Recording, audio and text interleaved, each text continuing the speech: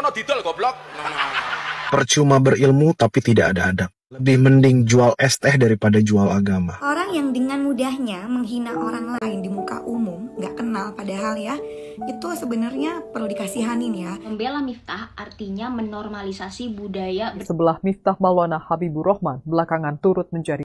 Halo semuanya, dimanapun berada, jumpa lagi bersama saya, Kuli Milenial. Bagaimana kabarnya teman-teman semua? Semoga selalu dalam keadaan sehat, selalu baik-baik saja, dan semoga selalu tetap semangat. Teman-teman, baru-baru ini dunia jagat maya dihebohkan dengan ucapan Gus Miftah yang dianggap menghina penjual es teh dalam acara pengajian. Terkait ucapannya banyak menuai pro dan kontra, dan banyak netizen yang memberi komentar terkait ucapannya Gus Miftah itu. Nah, berkomentar apa saja para netizen ini? Yuk kita dengarkan, kita simak komentar para netizen ini sampai habis. Muji oke ra? Masih. Ya kono didol goblok. Oh kon borong. Es teh muji oke ra? Masih. Ya kono didol goblok.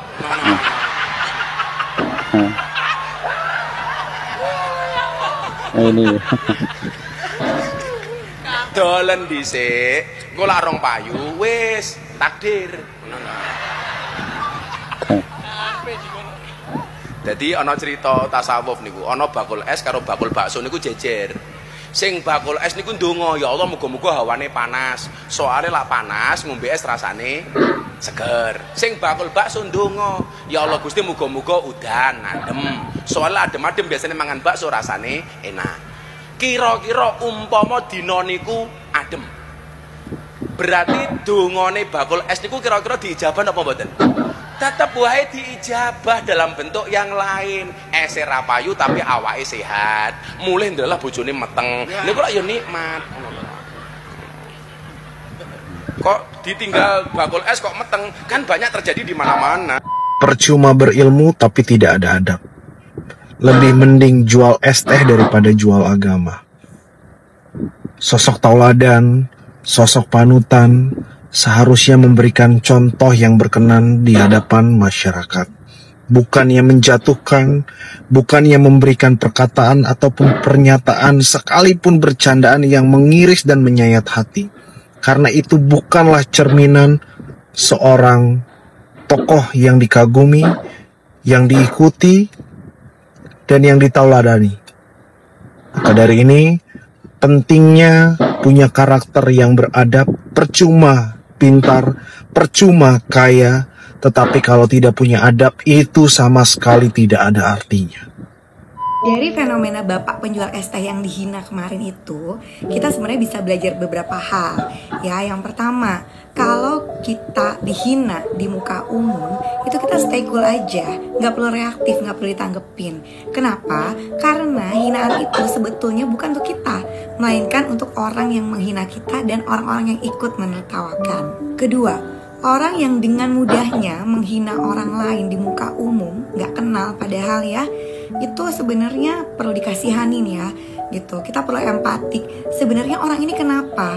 Ada trauma apa sampai orang ini bisa dengan mudahnya melakukan hal tersebut? Ketiga, orang-orang yang menormalisasi menghina orang lain di muka umum dengan cara seperti itu dan ikut menertawakannya, itu sepertinya layak ya untuk kita pertanyakan bagaimana sih hati nurani dan moralnya. Terakhir tentunya salam hormat saya untuk bapak penjual es teh yang kemarin dihina. Sejatinya bapak adalah orang yang berhati besar dan sedang berjuang mencari nafkah untuk keluarga dengan cara yang halal. Insya Allah semoga Allah menaikkan derajat bapak jauh di atas orang-orang yang menghina dan menertawakan bapak kemarin. Hai Syahrul, aku mau kasih 5 alasan kenapa kita semua nggak ada yang boleh bela Miftah alias Taim berdasarkan argumen-argumen kamu di kolom komentar. 1, nggak ada satupun alasan yang bisa membenarkan perilaku melecehkan dari seorang public figure dan juga katanya pendakwah yang bisa ditiru oleh banyak orang loh, terutama dia melecehkan orang-orang dari golongan rentan. Dalam hal ini Pak Sun Haji dan Budayati. Dua, ketika kamu membela Miftah, artinya kamu tidak berpihak pada korban. Ketika ada kasus perundungan atau bullying, ada kasus pelecehan, hal pertama yang bisa kita semua lakukan adalah berpihak pada korban. Ketika kamu memberikan argumen-argumen yang bisa membenarkan Miftah, sama aja kamu gak berpihak dan mendiskreditkan pengalaman korban.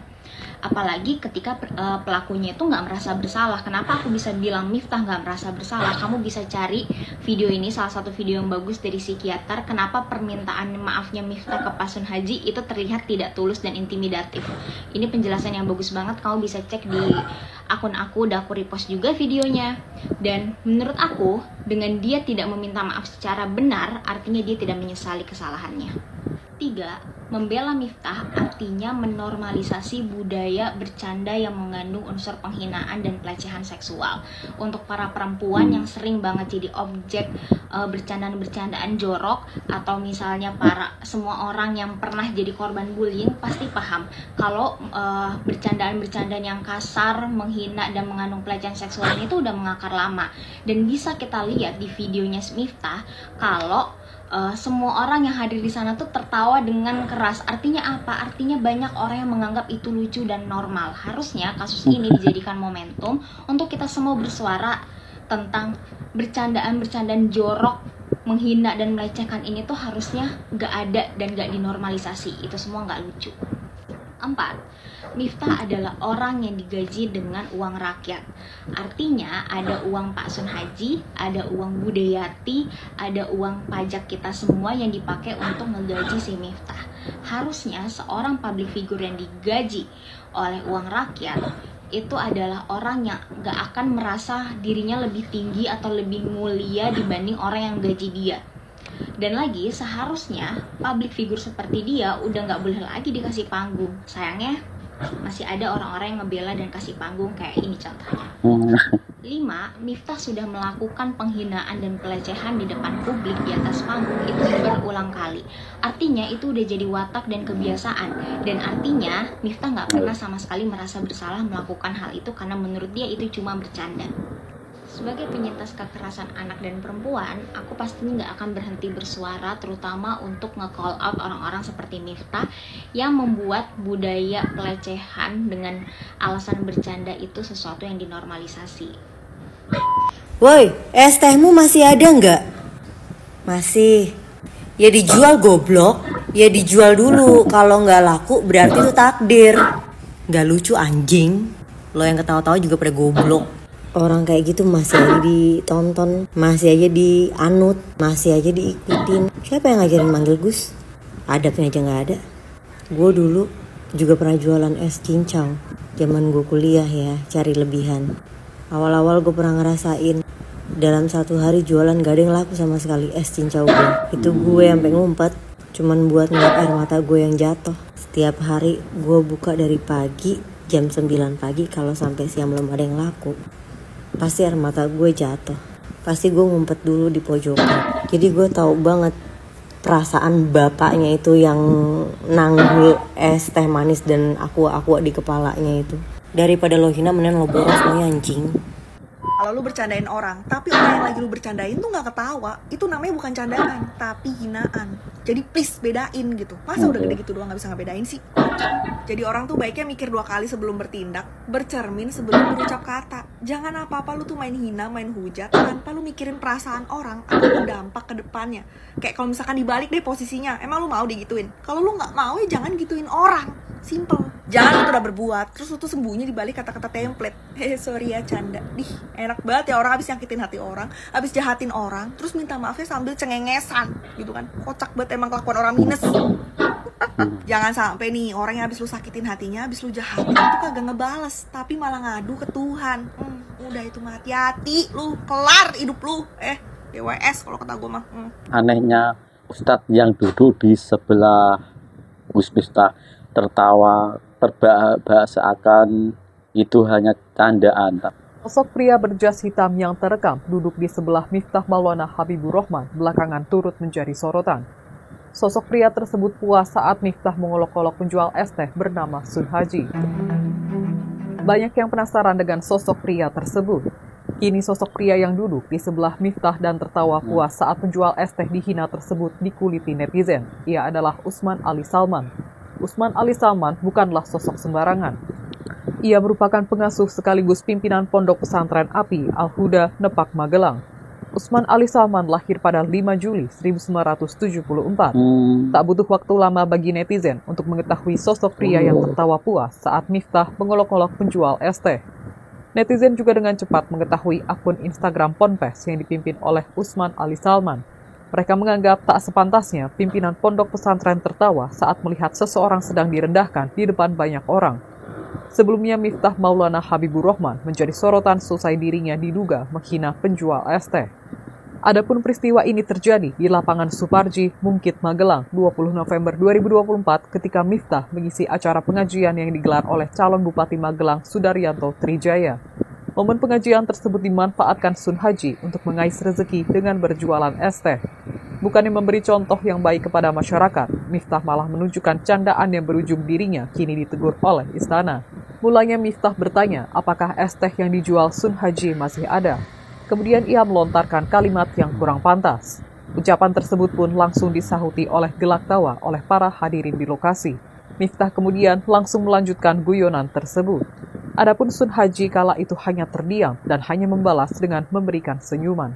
Iki jane sapa lho bocah iki ngono lho. Guyu kok ora duwe direm iki maksude piye ngono lho. Wong lambene ombo. Guyu ki kaya iwak ora dipakani kae lho. Ndak kaya ngono aku jan kaya piye ngono. Wong enek wong dihina, enek wong direndahkan.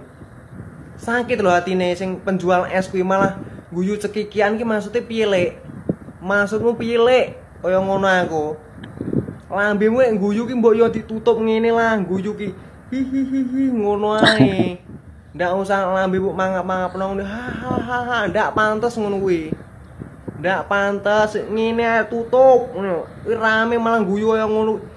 Hihihi ngono ae lho, aja kaya ngono. Jan ombo tenan kuwi lemu guyu tenan. Lambemu kok iso uwombong ni jan piye kuwi? Kuwi gorong-gorong iso mlebu lambemu lho kok kaya ngono kuwi. Jan era mau ngandani bocah guyu yang guyu aja kaya ngono. Jan kudu nangis tenan aku nek kaya ngene iki. Wong dodolan es lho kok diarani goblok ki jan piye ngono lho. Wis ora apa-apa Pak, semoga rezekine Bapak lancar lan barokah ya. Jika tanganmu tidak mampu meringankan beban orang lain, setidaknya jangan gunakan mulutmu untuk merendahkan orang lain ngono lho. Sebagai publik figur atau orang yang jadi panutan tidak berkata begitu ya, sampai menghina dan merendahkan penjual es. Dan anehnya yang duduk di sebelah Gus Miftah sampai tertawa berbahak-bahak seakan dia tidak tahu dosa, padahal dia adalah pengasuh pondok pesantren ya. Aneh juga. Aduh. Nah, semoga video tadi menjadi informasi dan bermanfaat untuk semua. Terima kasih yang sudah menonton dan sudah subscribe. Oke, kita jumpa lagi di video berikutnya. Oke, saya minta undur diri. Wassalam. Oke, bye.